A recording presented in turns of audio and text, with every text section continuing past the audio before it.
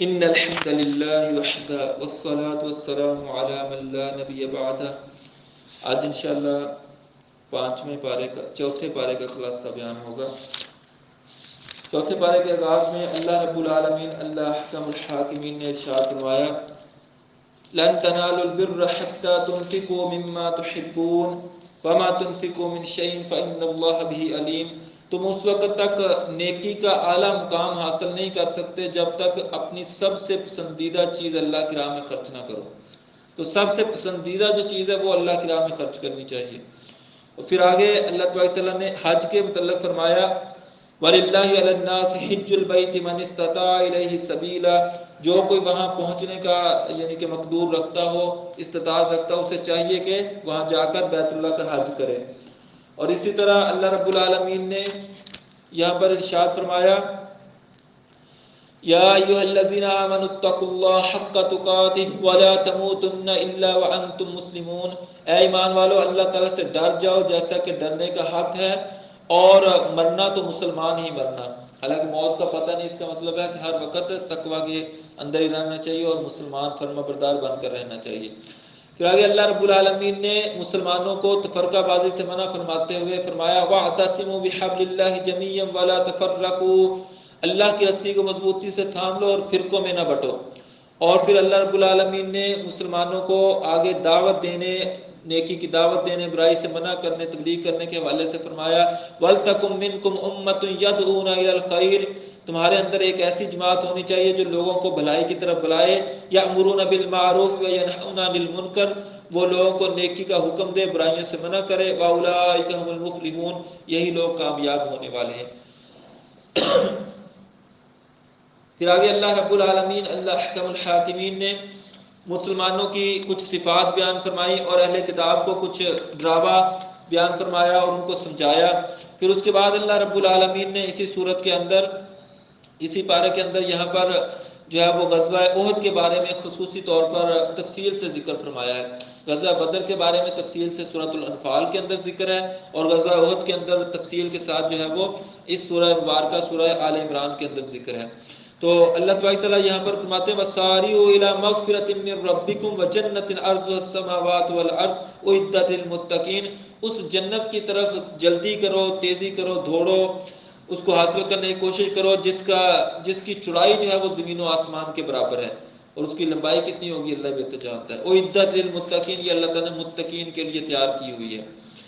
پھر آگے اللہ رب العالمین نے فرمایا اللہ کے نبی سیدنا محمد رسول اللہ صلی اللہ علیہ وسلم کے حوالے سے، آپ صلی اللہ علیہ وسلم کی وفات کے حوالے سے: وَمَا مُحَمَّدٌ إِلَّا رَسُولٌ قَدْ خَلَتْ مِن قَبْلِهِ الرُّسُلُ أَفَإِن مَّاتَ أَوْ قُتِلَ انقلبتم عَلَىٰ أَعْقَابِكُمْ۔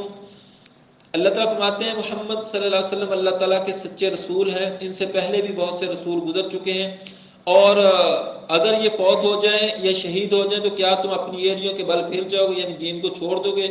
وَمَن يَنقَلِبْ عَلَىٰ عَقِبَيْهِ، جو اپنی ایڑیوں کے بل پھر جائے گا یعنی دین کو چھوڑ دے گا، فَلَن يَضُرَّ اللَّهَ شَيْئًا، وہ اللہ تعالیٰ کا کچھ نہیں بگاڑ سکتا۔ پھر اللہ تبارک تعالیٰ نے مزید غزوہ احد کے حوالے سے واقعات بیان فرمایا۔ غزوہ احد میں اصل میں ہوا یہ تھا کہ اللہ کے نبی سیدنا محمد رسول اللہ صلی اللہ علیہ وسلم نے 50 تیر اندازوں کا دستہ ایک درے پر مقرر فرمایا تھا، کیونکہ ادھر سے حملہ ہونے کا خطرہ تھا۔ تو فرمایا تھا کہ آپ نے ادھر ہی رہنا ہے۔ تو اس میں سے جب مسلمانوں کو فتح حاصل ہوگی، مسلمان مال غنیمت حاصل کرنا شروع ہو گئے، کافر بھاگ گئے ڈر ڈر کے جب شکست خوردہ ہو کر، تو جو مسلمان وہاں درے پر تھے ان میں سے بعض کو یہ مغالطہ لگ گیا کہ اب تو ہم فتح ہو چکی، کافر جا چکے، اب ہمیں یہاں ٹھہرنے کی ضرورت ہی نہیں ہے، تو وہ نیچے اتر آئے، ٹھیک ہے نا۔ تو باقی کچھ صحابہ کرام پھر وہاں رہ گئے، وہ کافروں نے اوپر سے حملہ کیا تو وہ صحابہ کرام شہید ہو گئے، اور انہوں نے اوپر سے پھر تیر برسائے تو میدان جنگ کا نقشہ ہی چینج ہو گیا۔ ایک دفعہ شکست خوردہ ہونا پڑا مسلمانوں کو، شکست ہوئی، پھر اس کے بعد پھر دوبارہ مسلمان مجتمع ہوئے اور پھر دوبارہ جو ہے وہ ان پر حملہ کیا اور ان کو پھر مار کے بھگایا۔ تو اس صورتحال میں جو ہے وہ جن مسلمانوں سے کچھ غلطی ہوئی تھی، اللہ رب العالمین نے ارشاد فرمایا: وَلَقَدْ عَفَا اللَّهُ عَنْهُمْ، یقیناً تحقیق اللہ تعالیٰ نے ان لوگوں کو معاف فرما دیا، یعنی ان صحابہ کرام کو اللہ تعالیٰ نے معاف فرما دیا ہے۔ جب اللہ تعالیٰ نے خود اعلان فرما دیا کہ میں نے معاف کر دیا تو ہمیں کیا ضرورت ان پر اعتراض کرنے کی؟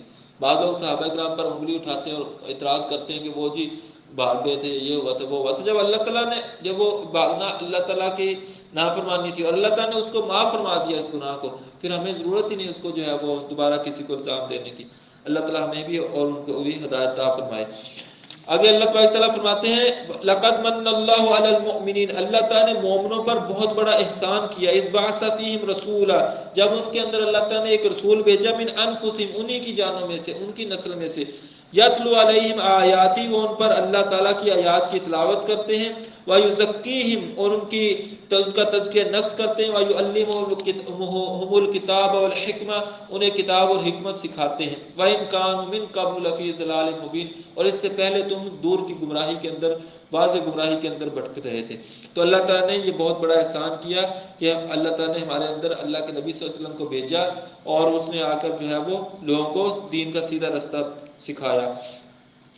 پھر اللہ تعالیٰ نے مزید اہل کتاب کی کچھ خامیوں کا ذکر فرمایا. ان میں سے ایک خامی یہ تھی کہ وہ ان میں سے بعض لوگ یہودی یہ کہتے تھے کہ لقد سمع اللہ قول الذین قالوا ان اللہ فقیر ونحن اغنیاء، وہ کہتے تھے اللہ فقیر ہے ہم غنی ہیں، نعوذ باللہ من ذالک.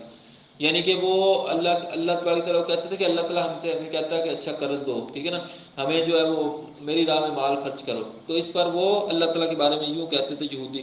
تو اللہ تعالیٰ نے اس کا بہت اچھے طریقے سے انجام دیا، اس کا جو ہے نا وہ جواب دیا اور فرمایا وَنَقُولُ، ہم نے یہ بات ان کی لکھ دی ہے، ذُوقُوا عَذَابَ الْحَرِيقِ، اور ان کے لیے جو ہے وہ جلنے کا عذاب ہوگا.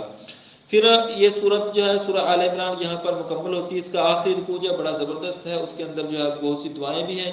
تو وہ رکوع جو ہے اللہ کے نبی سیدنا محمد رسول اللہ صلی اللہ علیہ وسلم جب صبح تہجد کے وقت جاگتے تو اٹھ کر اپنے بستر پر ہی تشریف فرما بیٹھے ہوئے وضو سے پہلے اس رکوع کی تلاوت فرماتے. اس آخری 10 آیات 11 آیت کی جو سورہ آل عمران کی، اس کی تلاوت فرماتے، پھر اٹھ کر جا کر وضو فرماتے، پھر تہجد کی نماز ادا فرماتے.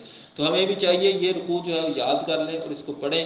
یہ بہت اچھا معنی کے لحاظ سے بہت اچھی دعائیں ہیں اس کے اندر. پھر اس کے بعد آگے سورہ نساء شروع ہو جاتی ہے اور سورہ نساء میں اللہ تعالیٰ نے فرمایا یا ایھا الناس اتقوا ربکم الذی خلقکم من نفس واحدہ. یہ وہی آیت ہے جو آپ ہر خطبہ جمعہ کے اندر سنتے ہیں اور خطبہ نکاح میں بھی سنتے ہیں. تو یہ مثلاً خطبے کے اندر پڑھنا نبی صلی اللہ علیہ وسلم کی سنت بھی ہے. اس کے اندر تمام انسانوں کو اللہ تعالیٰ نے تقوی اختیار کرنے کا حکم دیا ہے. یہ جو صورت ہے سورہ نساء، اس نساء کا معنی ہوتا ہے عورت. تو عورتوں کے متعلق اس صورت کے اندر کچھ احکام بیان ہوئے ہیں. اور اس کے علاوہ یہاں پر جو ہے وہ اس صورت کی آیت نمبر 11 اور 12 میں وراثت کے مسائل بیان ہوئے ہیں. یعنی اگر کوئی فوت ہو جائے تو اس کی وراثت کس طرح سے تقسیم ہوگی، بیٹوں کو کتنا حصہ ملے گا، بیٹیوں کو کتنا ملے گا، وہ سارا یہاں پر بیان ہوا ہے. اور اسی طرح اللہ تعالیٰ نے یہاں پر توبہ کا بیان فرمایا کہ توبہ ان لوگوں کے لیے نہیں ہے جو توبہ کر لیں اور بعد میں پھر پورے کام کرنا شروع کر دیں، بلکہ توبہ ان لوگوں کے لیے ہے جو پکی توبہ کر لیں اور اس کے بعد گناہوں کو چھوڑ دیں. تو ہمیں اللہ تعالیٰ ایسی ہی توبہ کرنے کی توفیق عطا فرمائے. اس پارے کی چوتھا پارہ جو ہے اس کی آخری آیت کے اندر اللہ رب العالمین نے ان رشتوں کا ذکر فرمایا جن کے ساتھ نکاح کرنا حرام ہے. یعنی جیسے ماں، بیٹی اور بہن وغیرہ، اس طرح کے کچھ رشتوں کا ذکر فرمایا جس کے ساتھ نکاح کرنا حرام ہے. ٹھیک ہے نا. اللہ تبارک و تعالیٰ سے دعا ہے اللہ تبارک و تعالیٰ ہمیں کتاب و سنت کو سیکھنے، سمجھنے، عمل کرنے اور دوسروں تک پہنچانے کی توفیق عطا فرمائے. سبحانک اللہم و بحمدک، اشہد ان لا الہ الا انت، استغفرک و اتوب الیک.